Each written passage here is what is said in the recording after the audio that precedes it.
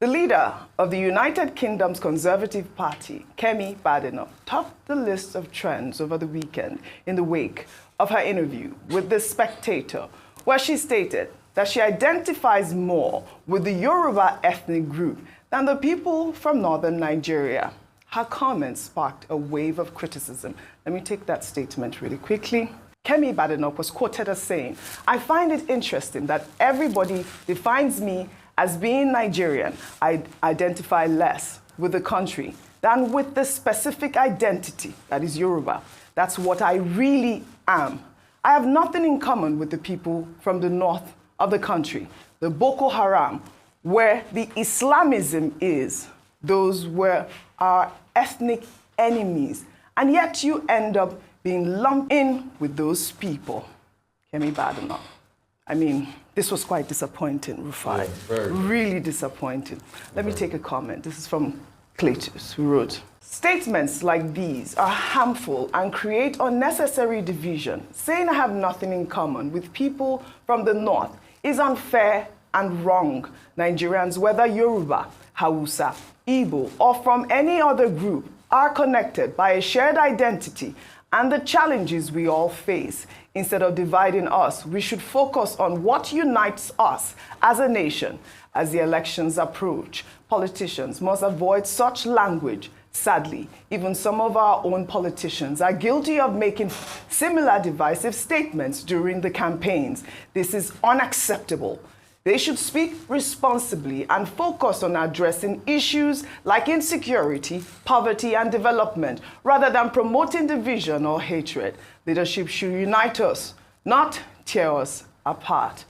Dr. Abati, I know you've seen these comments. I mean, many people condemned Kemi Badenoch with this statement. I mean, it is all in the wake of, the response from Vice President Kashim Shettima, who had actually told her you can remove Kemi from your name, telling her that Nigeria is the greatest country on earth.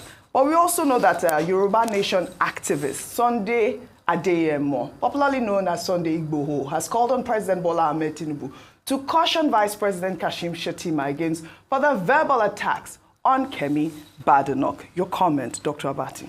Okay, ethnic identity is one of those centrifugal points at the heart of the Nigerian question. Also throwing up the question about nationhood. Are we really a nation? Mm-hmm. There are Nigerian leaders who have even questioned the issue that we're just a geographical expression, as Chief Obafemi Awolowo said in the 1940s. In the constitutional conferences processes of the 1950s, identity, whether we should be together, was also an issue. And it was also eventually what led to the Civil War. So it's centrifugal because it's always a problem. It doesn't bring us together when politicians exploit it. And some people say, well, we should look at centripetal forces that can bring us together. But ethnicity remains a very major problem in this country. And people, for primordial, emotional, or simply out of ignorance, capitalize on the ethnic divisions for their own purposes. Some intelligent, some mischievous, some difficult to understand. Now, having said that theoretical base, on Kemi Badenoch's case, now there have been various opinions on this. I cite two examples, just to make it easier. Dr. Umado wrote a piece in which he was talking about the fallacy of identity.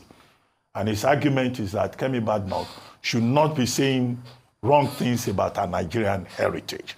That as somebody who was a product of this society, she may have done well in the United Kingdom, but she should also respect the heritage that she comes from. In other words, she should not stay outside and be throwing stones at, a point of extraction. That's one view, and it's a popular view. But equally popular is the view expressed by Bishop Matthew Asankuka in an article, I think, in the Leadership newspaper, in which he was saying that, look, we should perhaps be focusing more on the achievement of Kemi Badenoch. What is our achievement? The first black leader of the Conservative Party, a party that is 190 years old. And, he said all of that in itself is not a main achievement. And it was that prompted Umado rejoinder. So you find people looking at it from two different angles. However, the Spectator article that you referred to, when I reviewed it, it seems to me that Kemi Badenoch has a reputation for straight talking. I don't know how you define straight talking. In that same interview, they asked her what she takes for lunch. She says lunch is for wimps. And this generated a lot of controversy, even in England there, with Keir Starmer attacking her and saying, no, lunch is not for wimps. And she said, oh, people who take lunch breaks, they are weak people, and sandwiches, that she doesn't eat soggy bread, that when she's going to the office, she goes with her. Okay, that caused controversy. It was in that same interview that she says, I have nothing to do with the North. These are people who are into Boko Haram and all of that. Well, you may say, straight talking along that line, you may not want to excuse it, but that's how she felt. And she said, there are so many other things that she has said that are considered controversial. What we must realize at the end of the day is that Kemi Badenoch has made her choice. She says in that same interview that her ambition is to serve Britain. Her ambition is to rebuild the Tory party. So she's not really interested in what goes on in Nigeria. And I'm sure that her ultimate ambition will be perhaps to emerge as the Prime Minister of Great Britain tomorrow. Well, we now know that if she emerges as Great Britain Prime Minister tomorrow, we will not be so enthusiastic to be saying our daughter is now Prime Minister of Great Britain. That is a solid point, Dr. Abati. If she emerges as Prime Minister, though, what is she going to do at that point with this diplomatic row already festering between her and the Vice President, Kashim Shettima? If you're attacking the Vice President, you might as well attack the President. Sorry, I remember one thing. Sunday Igboho was said to have issued a statement. I consider that statement illiterate because the matter between Kemi Badenoch and Shettima is not a fight between North and South. Yeah. And Sunday Igboho was saying that in 2021, when his house was stormed, it was because he criticized the Buhari administration. It's not because he criticized Buhari administration. It was because they thought he was organizing the Yoruba region in an act of insurrection against the Nigerian state.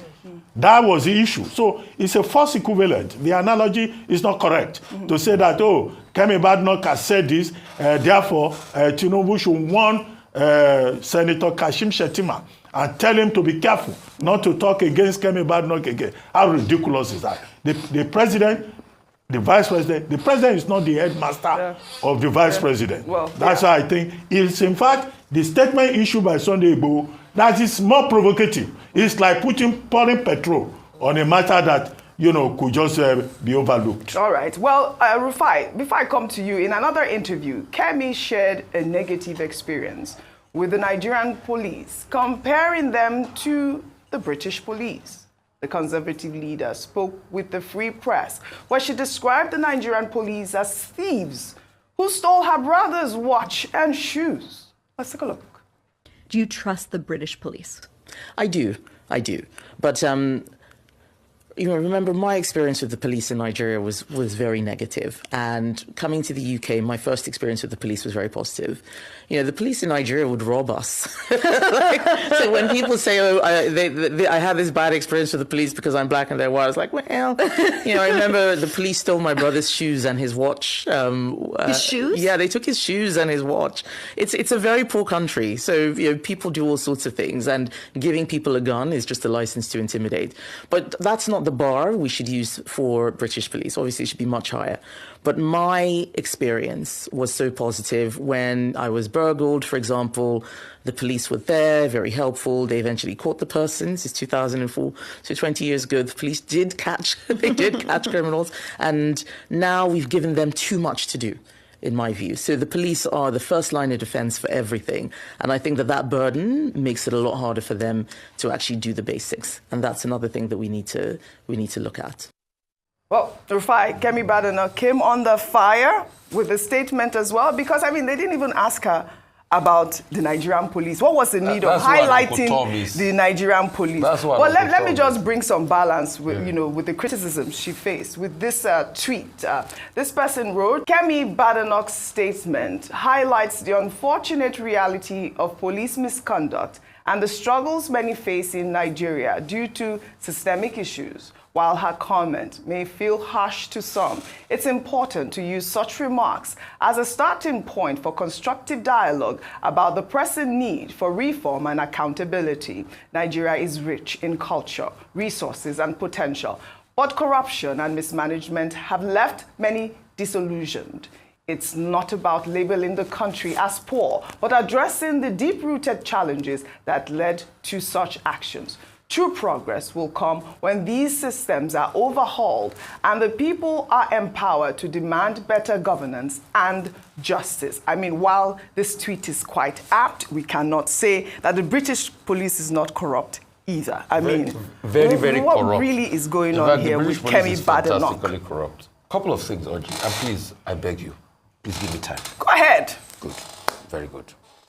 Number one, a lot of Nigerians are ignorant of what Kemi is doing. What is Kemi doing? Kemi is subjugating our own people to make Britain look good in the face of white nationalists. It's a deliberate attempt. These white nationalists believed in colonialism. They believed that black people are subservient to them. These were the same people that sold black people in slave markets. So these white nationalists have a mentality. Kemi feeds into the mentality by doing something called confirmation bias, that the black people you subjugated over the years remain down. So it's good for her to say these things bad about her country so that the white nationalists and the supremacists she's trying to incur her, to get their votes, will continue to support her. And you know why she's doing that? Because she's also in a race with Nigel Farage of Reform Party to show who is more very right-wing and hardline. That's the game she's playing. When she wanted Nigerians' vote in Dulwich, she reached out to the Nigerian people, but it's a political game she plays. So most of the percentage of Nigerian people that comment on this matter don't know what she's doing, and I'm trying to be able to bring it to the fore.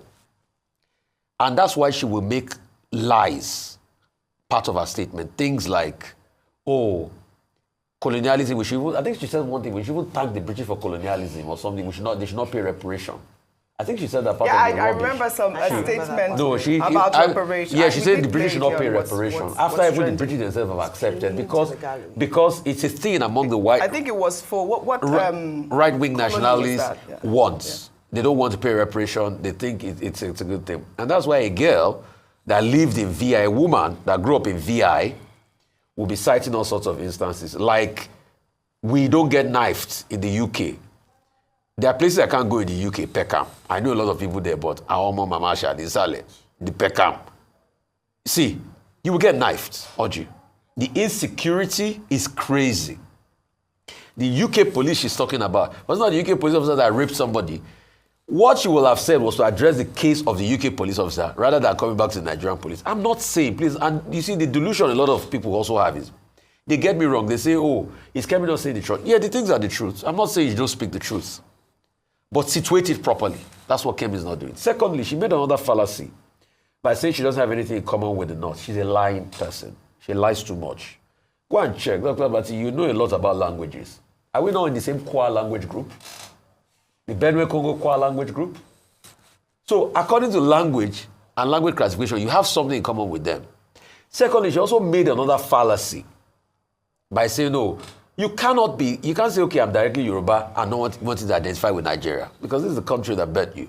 Secondly, she also made another fallacy by saying the people of the North are our ethnic enemies. They are never our ethnic enemies. We don't have any ethnic enemies in this country. You might have disagreements with people from other parts of the country, even with your fellow Yorubas, but it doesn't mean you're ethnic enemies, because, and that's why I think the Nigerian government should write the British government about Kemi Badenoch. It is messages like this that spur a redentist and divisive nature. People like Lagospedia, these are the ones carrying this mantra. And they are spreading like happened in the last election. Because when you start to say things like this, you forget this was the same narrative they were spewing in the 60s during the Civil War, when the October massacre happened, when people were killed in Kano. This was the same narrative. So that's incitement, and that's what we should write about. And lastly, please, nobody's saying Kemi should not point out our experiences, but we are saying situate it properly. Every nation in the world, if I'm to also write my experience about the UK, it's not that good. But she's not situating it properly because she wants to say these things to make the right-wing people love and support her for election gains. All right. It's not my business if Kemi becomes prime minister or not. Agula Agutete, she will do a tenure or two and leave there in the end. But it's the damage she will have given and the way she will have emboldened people with all sorts of racial confirmation bias that I'm scared about in the country. All right. Well, Ayo, before I come to you, though, still on this Kemi Badenoch issue. Well, amid the backlash, users on social media pulled up a video of British-Nigerian boxer Anthony Joshua's Commonwealth Day speech back in 2020 when he addressed the royal family. The former heavyweight world champion, who spent part of his childhood in Nigeria, said that he is proud to be a Nigerian. My name is Anthony Oluwafemi Olasheni Joshua. And like many of you here, I'm a child of the Commonwealth. I was born in Watford, and my heritage is Nigerian.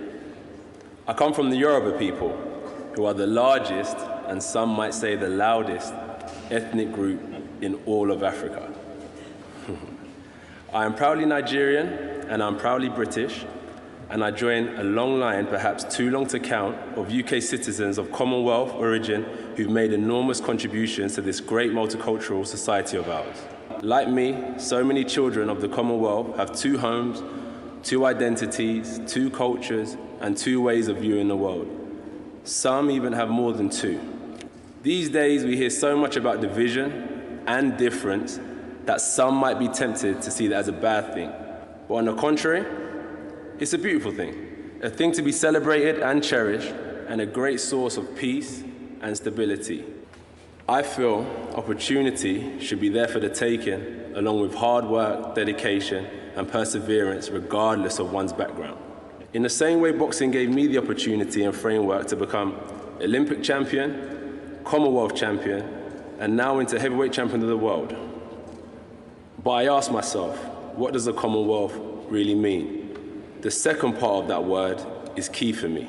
A united common future could create opportunities for our Commonwealth cousins. So, here's to fish and chips and a goosey soup and pounded jam, to the UK and Nigeria, and to the children of the Commonwealth. Thank you very much for listening.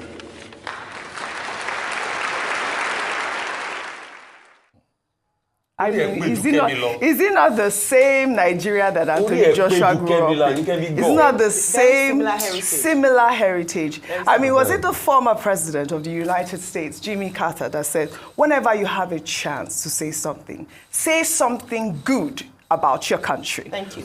And I thank you for that, because I want to address people who are supporting what Kemi Badenoch says, saying she's not saying the truth. It's good. Let her, especially, usually the opposition saying that let her put a lot of pressure on the government. What you don't know is that when she shapes narratives like this, when you go for a visa application, they're not going to ask you. Oh, yes. Everything she says that is shaping the international community's view of Nigeria based on her experience and the leverage she has as leader of the opposition would affect the way that you as a Nigerian are being perceived. And that's why you should fight for your country. Absolutely. You might not like the way that the government is, but let me tell you something. It doesn't remove you the way that everybody sees you. So if they see one person as a thief, best believe that when you go for an application or you go and speak anywhere else, they're looking at you as a thief. And that's why a lot of people spend money to manage the image of their nations. It's not because nations are perfect. Like we said, if you look at the UK and people who live in the UK and experiences we've had, whether with the police or whether with the people, we won't come out and be speaking like this, but they never denigrate. And that's why I'm very ashamed when people are saying, oh, she's saying the truth, keep on putting fire on them. It's a shame to this nation that no matter how much hate you have, whether for the government or for yourselves, you are happy that's your own heritage. You have only one nation. You have only one heritage. It is Nigeria. You cannot run away from it. Right. If they insult Nigeria, they insult you everywhere you go. And I'm so proud of Anthony Joshua. This is the kind of narrative that we should hear. Also, I hope he also reflects the kind of personal leader that Kemi would be. Absolutely. Divisive and willing to speak against and cause ethnic tensions in order to drive home her agenda. There's no difference between her and Nigel Farage. The only difference is that she's black, he's white. They are doing the same thing in principle in terms of saying that we are better than you. you, I am better than you. That is what it is. Well said, Ayo. Well said, Yeah. Ayo. Well, I hope Kemi Badenoch borrows a leaf from Anthony Joshua and, you know, emulates statements like the one that he made at the Commonwealth Day. And I'll also like to reiterate what Vice President Kashim Shettima said. Nigeria is the greatest black nation on earth.